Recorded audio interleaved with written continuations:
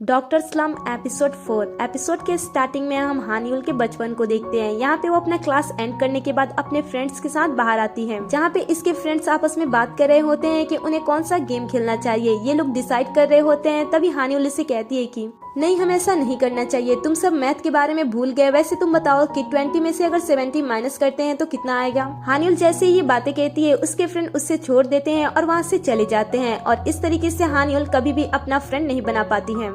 उनके जाने के बाद हानियुल बिना कोई टेंशन के बैठ के पढ़ाई करना स्टार्ट कर देती है। और यहाँ पे हानियुल बताती है कि मैं एलिमेंट्री स्कूल में पढ़ाई करना दोस्तों के साथ खेलने से ज्यादा पसंद करती थी। जब मैं मिडिल स्कूल में गई तभी मुझे पढ़ाई करना दोस्तों के साथ खेलने से ज्यादा पसंद आता था। और ऐसे ही जब मैं हाई स्कूल में गई तब भी मुझे पढ़ाई करना दोस्तों के साथ खेलने से सबसे ज्यादा पसंद आता था। जब मैं हाई स्कूल में फर्स्ट आई तब सिटी में इसका जश्न मनाया जाता था। हानियुल वहीं पे होती है और लोगों को बातें करते हुए सुनती है, जो कि उसी के बारे में बात कर रहे होते हैं। यहाँ पे कुछ लोग हानियुल की तारीफ करते हैं, वहीं कुछ लोग को ऐसा लगता है कि पढ़ाई करना और टॉप करना हानियुल के लिए बहुत ही ज्यादा इजी है। जो कि ये सारी बातें सुनकर तो हानियुल को बिल्कुल भी अच्छा नहीं लगता था, क्योंकि वो फर्स्ट आने के लिए काफी ज्यादा मेहनत करती थी। लेकिन हानियुल की मॉम कभी भी हानियुल को अच्छी तरीके से समझ नहीं पाई और लोगों की शाबाशी वाली बातें सुनकर उसकी एक्सपेक्टेशन और भी ज्यादा हानियुल को लेकर बढ़ने लगी। हाई स्कूल में फर्स्ट आने के बाद वो अपने डैड से मिलने के लिए हॉस्पिटल में जाती है, जहाँ पे वो अपने डैड को रिपोर्ट कार्ड दिखाती है। वो दूर से ही और इशारे में अपने डैड को बताती है कि उसने इस टाइम फर्स्ट प्लेस हासिल की है। ये देखकर दूर से उसके डैड उसे शाबाशी देते हैं और उसके बाद स्माइल करते हैं। और उसके बाद हानियुल अपने डैड के उसी स्माइल के लिए पढ़ाई करना और भी ज्यादा पसंद करने लगती है। इसके बाद जब उसका क्लास एंड होता है और उसके फ्रेंड उसके पास आकर तंबाकू खाने की बात करते हैं, तब वो मना कर देती है और कहती है कि मुझे तंबाकू खाने से एलर्जी है। उसके फ्रेंड उससे फिर से बोलते हैं कि चलो हम साथ में कहीं गेम खेलते हैं। तब फिर से हानियुल मना कर देती है और कहती है कि मैं इस तरीके के गेम्स नहीं खेलती हूँ। आगे उसके फ्रेंड उसे फिर से कहती है कि चलो ठीक है, हम मूवी देख लेते हैं। हानियुल मूवीज जाने से भी मना कर देती है और कहती है कि मैं इन मूवीज को देख चुकी हूँ। अब इसकी फ्रेंड ये सारी चीजें देखकर गुस्सा हो जाती है और वहाँ से चली जाती है। उनके जाने के बाद हानियुल फिर से पढ़ाई करना स्टार्ट कर देती है, क्योंकि उसे फिर से फर्स्ट आना था और वो अपने डैड की वो स्माइल को फिर से देखना चाहती थी। कहानी प्रेजेंट में आती है। यहाँ पे हम इन दोनों को वापसी के टाइम देखते हैं। जब उनका फ्यूल खत्म हो जाता है तब वो रास्ते में रुककर अपना फ्यूल डलवा रहे होते हैं। तभी हानियुल की नजर कुछ स्टूडेंट पे पड़ती है, जो कि अपना क्लास फिनिश करके घर वापस आ रहे होते हैं, जिन्हें देखकर हानियुल अपने आप से कहती है कि स्कूल टाइम में मेरे एक भी फ्रेंड नहीं थे। फिर वो जियोंगू की तरफ देखते हुए कहती है कि लेकिन अब मेरे पास एक फ्रेंड है। और इतना कहते हुए वो उन सारे पलों को याद करती है जो कि उसने जियोंगू के साथ स्पेंड किया था।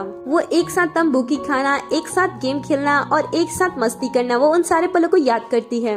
अब वापस आते टाइम भी ये दोनों एक दूसरे के साथ काफी ज्यादा खुश भी होते हैं और वो एक दूसरे से बहुत ज्यादा बातें भी कर रहे होते हैं। तभी में पास्ट के ब्रिज का एक सीन दिखाया जाता है। यहाँ पे हम जियोंगू को देखते हैं, जो कि बीच पे कुछ लिख रहा होता है, जिसे देखकर हानियुल उससे पूछती है कि आखिर तुम बीच पे क्या लिख रहे हो। वो कहता है कि यहाँ पे मैं हमारी यादें बना रहा हूँ। ये सुनकर उसे कहती है कि ऐसा मत करो, ऐसा करने से मेरे गूज़बम्स आ रहे हैं। और इतना बोलते हुए उसके पास आती है और कहती है कि जरा दिखाओ तो तुमने क्या बनाया है। तब जियोंगू उसे रोकता है और कहता है कि तुम इसे नहीं देख सकती हो। हानियुल देखने की बहुत ही ज्यादा कोशिश करती है, लेकिन जियोंगू उसे खींचते हुए यहाँ से दूर लेकर चला जाता है। फिर उसे कहता है कि रुको, मैं एक पिक्चर लेने वाला हूँ। और जब वो पिक्चर क्लिक करने के लिए यहाँ पे आता है, तब हानियुल भी यहाँ पे आ जाती है और वो उसके लिखे गए वर्ड को पढ़ लेती है। यहाँ पे जियोंगू ने अपना और हानियुल का नाम लिखा होता है और साथ ही उसने ये भी लिखा होता है कि वो दोनों अप्रैल 2023 में फ्रेंड्स बने। और इसके साथ ही उसने यहाँ पे डॉक्टर स्लम भी लिखा होता है। सीन कट होता है और इसके बाद ये दोनों खाने के लिए एक जगह पे जाते हैं। यहाँ पे हानियुल उसे एक एनवेलप देती है और कहती है कि मैंने इसकी पहले ही कॉपी कर ली थी ताकि हम दोनों इसे पढ़ सकें।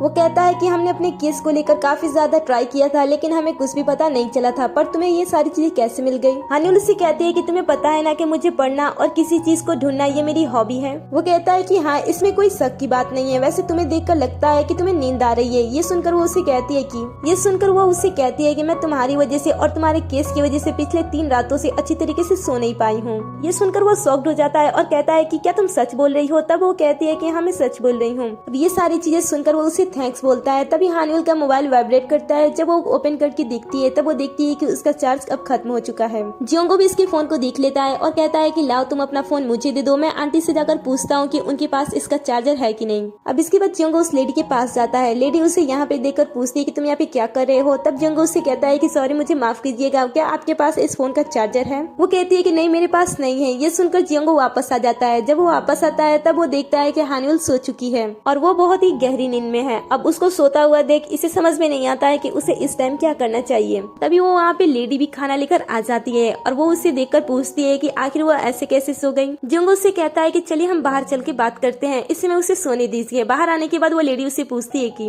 आखिर तुम दोनों का रिलेशन क्या है, क्या तुम एक दूसरे को डेट कर रहे हो? तब जियोंगो उनकी कंफ्यूजन को दूर करते हुए कहता है कि नहीं ऐसी कोई बात नहीं है, हम दोनों बस एक फ्रेंड्स हैं। वो अभी बहुत ही ज्यादा थक चुकी है इसलिए कुछ देर तक उसे ऐसे ही सोने दीजिए और तब तक आप मेरे लिए इन सारी चीजों को बना दीजिए। अब यहाँ पे जियोंगो उस लेडी से काफी सारी चीजें बनाने के लिए कह देता है जिससे कि वो लेडी भी खुश हो जाती है और वो खुशी खुशी जियोंगो के लिए डिशेस बनाने के लिए यहाँ से चली जाती है। अब इसके बाद जियोंगो अंदर आ जाता है और वो धीरे से दरवाजे को बंद करता है और इसके बाद वो आकर धीरे से अपनी जगह पे बैठ जाता है। फिर वो हानियुल को कुछ देर तक देखता है। इसके बाद वो उस एनवलप को बाहर निकालता है जहाँ पे उसने लिखा था कि ये तुम्हारे लिए है। ये पढ़कर वो स्माइल करता है और फिर से वो हानियुल की तरफ देखता है। अब हानियुल को इस समय ठंड लग रही होती है जिसकी वजह से वो थोड़ा थोड़ा कांप रही थी। ये देखकर जियोंगो अपनी कोट को उतारने लगता है। तभी वो सोचता है कि आखिर मैं इसके लिए ये सारी चीजें क्यों कर रहा हूँ। तभी वो फिर से सोचता है कि मैं उसका फ्रेंड हूँ, मुझे उसके लिए कुछ तो करना ही होगा। और फिर वो फटाक से जाकर धीरे से उसके पास बैठ जाता है और फिर वो धीरे से अपने जैकेट को उसे उड़ा देता है। तभी हानियुल गिरने लगती है और वो धीरे से उसकी गोद में जाकर सो जाती है।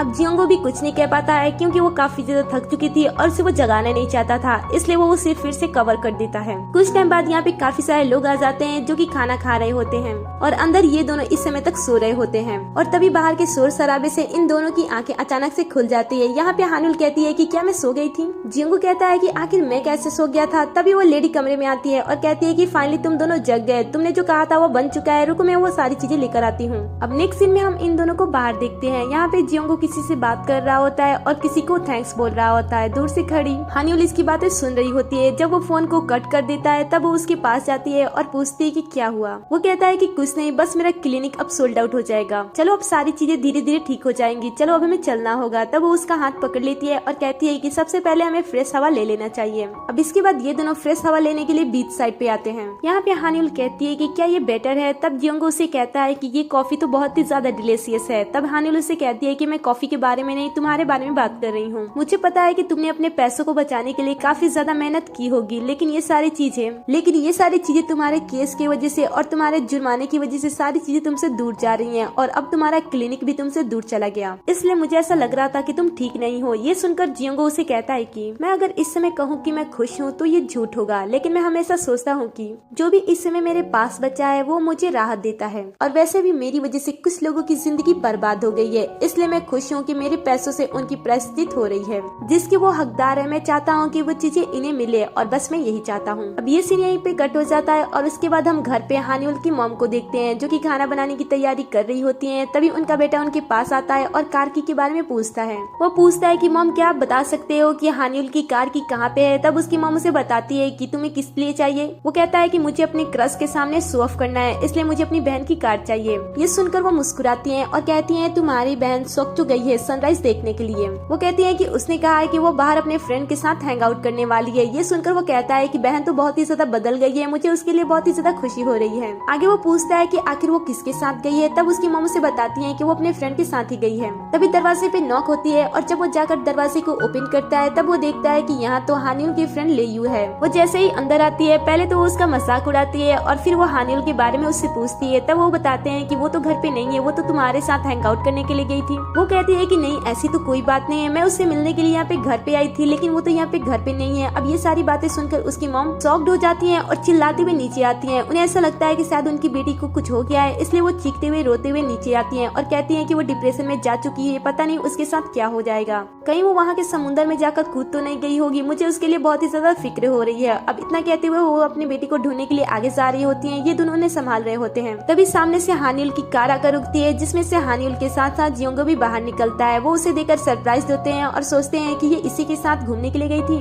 यहाँ पे हानियुल की मॉम और उसका भाई उसे कहते हैं कि तो तुम छत वाले के साथ हैंग आउट करने के लिए गई थी। छत वाला नाम सुनकर हानियुल की फ्रेंड लियो कहती है कि छत वाला ये तो वही है ना तुम्हारा फर्स्ट लव। अब फर्स्ट लव की बात सुनकर तो सारे लोग सरप्राइज हो जाते हैं और सारे लोग हानियुल की तरफ देखने लगते हैं। जियोंगो भी उसी की तरफ देख रहा होता है और वो कहता है कि मैं तुम्हारा क्या फर्स्ट लव हूँ। और इसी सीन पे ये सीन कट हो जाता है। आगे के पार्ट्स देखने के लिए चैनल को सब्सक्राइब कर ले, साथ ही नोटिफिकेशन बेल को भी ऑन कर ले जिससे कि आप हमारे हर एक वीडियो से अपडेट रहें। वैसे क्या आप में से भी कोई ऐसा पर्सन पर्सन है जो हानिउल की तरह अपनी पढ़ाई करता है और उसे पढ़ाई करना सबसे ज्यादा पसंद आता है और वो पढ़ाई की वजह से ही अपने फ्रेंड के साथ अपना टाइम स्पेंड नहीं करता है और ना ही खेलता है। अगर ऐसा कोई है तो कमेंट में जरूर अपना नाम लिखना।